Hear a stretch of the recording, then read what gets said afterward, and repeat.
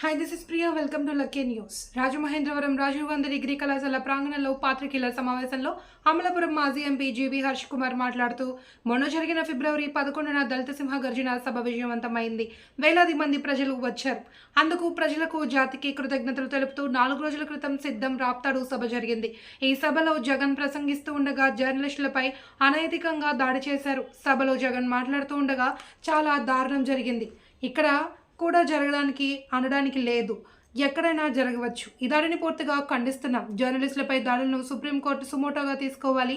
రాజకీయ పార్టీలు జర్నలిస్టులపై దాడులను ప్రోత్సహించకూడదు. దీనిపై సీఎం జగన్ స్పందించాల్సి ఉంది. వచ్చే ఎన్నికల్లో అమలాపురం నుంచి ఎంపీగా పోటీ చేయాలన్న ఆలోచనలో ఉన్నాను. సోషల్ మీడియాలో నా కోసం చేసిన సర్వేలో 79% పైగా నాకు అనుకూలంగా వచ్చింది. రిటైర్డ్ ఉద్యోగులకు ఏ పార్టీలోనూ సీట్లు ఇవ్వొద్దని కోరుతున్నాను.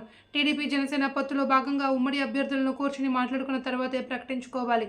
బీజేపీతో టీడీపీ జనసేన పొత్తుపై ఊహాగానాలు తప్ప అందులో స్పష్టత లేదు అని మాజీ ఎంపీ జీవీ హర్షకుమార్ అన్నారు.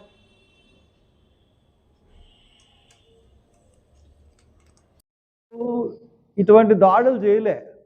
మరి వైసీపీలోకి వెళ్ళగానే ఇటువంటి దాడులు చేయాలి అన్న ఉద్దేశాలు ఎందుకు వచ్చినాయో అన్నది అర్థం అవ్వాలి. కాబట్టి ఇది మంచి పద్ధతి కాదు. ఇది పత్రికా స్వాతంత్రాన్ని, మీడియా స్వాతంత్రాన్ని అడ్డుకోవడం. ఇటువంటి పనులు అసలు ఎవరు కూడా సమాజం క్షమించదు. ఇటువంటి కేసుల్ని హైకోర్టు సుమోటోగా తీసుకోవాలి. సుమోటోగా తీసుకుని పత్రికా స్వాతంత్రాన్ని రక్షించడానికి తగిన చర్యలలో తీసుకోవడంలో హైకోర్టు కూడా ఇన్వాల్వ్ అవ్వాలి. అలాగే గవర్నర్ వ్యవస్థ కూడా ఇన్వాల్వ్ అవ్వాలి. కాబట్టి నేను ఈ ప్రజాస్వామ్యం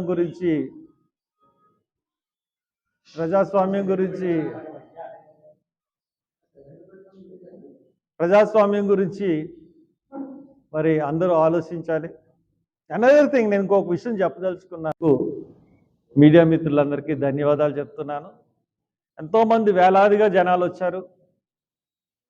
ఆ వేలాదిగా జనాలు వచ్చి మీటింగు భారీగా సక్సెస్ అయినందుకు కూడా మరి దాన్ని మీరు అన్ని ఛానల్స్ వారు కూడా మరి లైవ్లో చూపెట్టి, ముఖ్యంగా దళితుల సమస్యలు, అంటే ఈ ప్రభుత్వంలో దళితులు ఎన్ని బాధలు పడుతున్నారో అన్న సమస్యలన్నింటినీ కూడా ఆ సభ మరి లోకానికి పూర్తిగా తెలియజెప్పింది.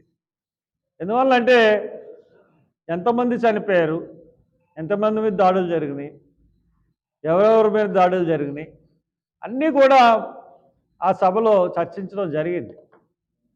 తర్వాత ఎన్ని స్కీములు తీసేశారు.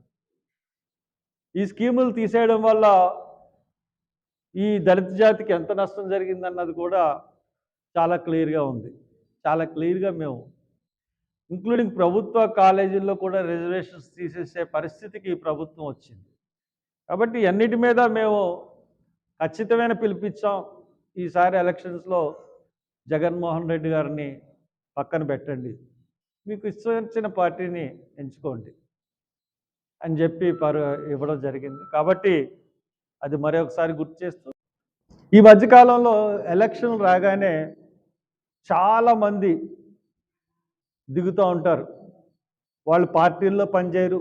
ఏ పార్టీ గురించి అన్నా చెప్తున్నాను, అన్ని పార్టీల గురించి, కాంగ్రెస్ కానీ, బీజేపీ కానీ, లేకపోతే వైఎస్ఆర్సీపీ కానీ, తెలుగుదేశం కానీ, జనసేన కానీ, అన్ని పార్టీలకి నేను చెప్తా ఉన్నాను.